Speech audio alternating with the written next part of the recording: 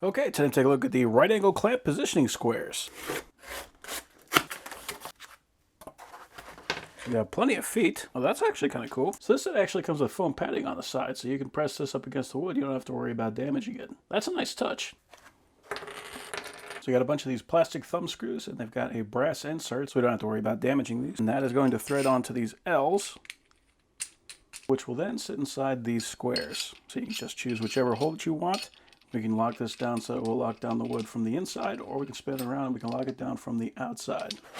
Our nice heavy-duty aluminum. We got metric on this side, SAE on this side. So it goes up to 140 millimeters and about 5.5 inches. We can also see they drilled out the corners, so you don't have to worry about mashing up the corners of the wood if we don't have those things perfectly cut. So that's nice. And we got a whole bunch of hardware for attaching these things. And it looks like we actually got some washers to go with it. Washers are always a nice touch, just so you don't have to worry about this thing loosening up on you. So we got 8 total clamps with all the hardware for it. We got 4 total squares. And just having some nice heavy-duty squares like this, even without the clamps, like just if you have to line something up, these always come in handy. So if I want to make an angle on some scrap wood, I can just slap my square right up against it and lock that down.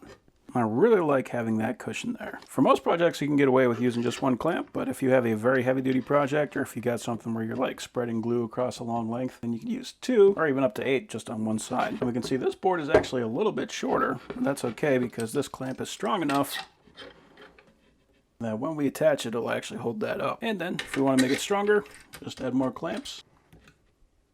There we go. So now we can run some screws through there, and we will know that that will be a perfect 90 degrees. These things are fantastic for that.